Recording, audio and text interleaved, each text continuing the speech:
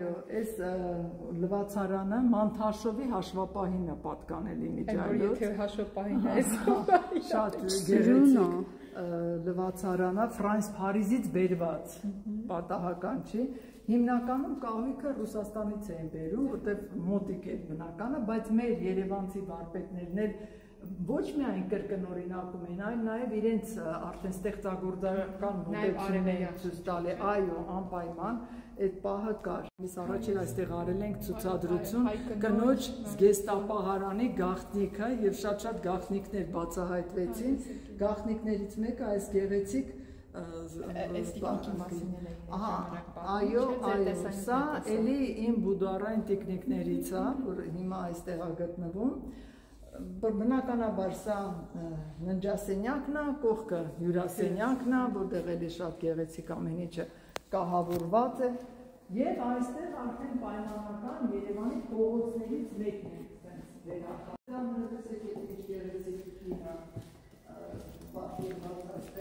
Սա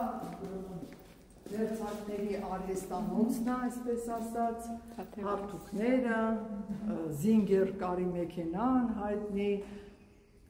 բացառիկ ցուցանմուշ աղջիկներ, միայն մեր թանգարանում է Երևանի 19-րդ դարի վերջ 20-րդ դարասկզբի հարսնացուի զգեստը, ուրիշ ոչ մի թանգարանում չկա, քանի որ մենք Երևանի թանգարան ենք, շատ ճիշտ տեղում է գտնվում Երևանի հարսնացուի զգեստը, որը կարված է մեր ավանդական տարազի ոճով, գոտի գոգնոց Свадебный տարազ։ Դա Երևանը Մոդնից Երևանը։ Վերևի հատվածն էլ ամբողջ ասեղնագործված ու ես լսել եմ մի ազգագրագետից շատ հետաքրքիր մի ինֆորմացիա եմ ստացել, որ սա ոչ միայն զարդարելու նպատակով է ասեղնագործված, այլ սա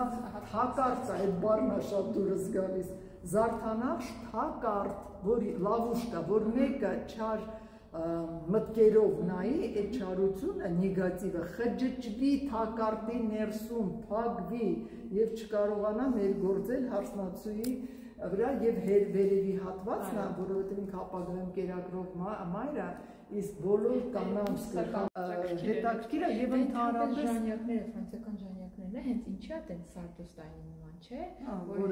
չար աչքը խջճում, իրանք չկարողանան ու այդ գաղափարը եւ գորգերի վրա է եւ խեցեղենի վրա որելի զարդանախշեր կան, իրանք բոլորը փաստորեն երկու գործառույթ են արել, գեղեցկացնելու, այո, եւ նաեւ պաշտպանիչ։ Սա էլ մեր հարսնացուի պայմանական օժիթն է, այդպես եմ ներկայացնում,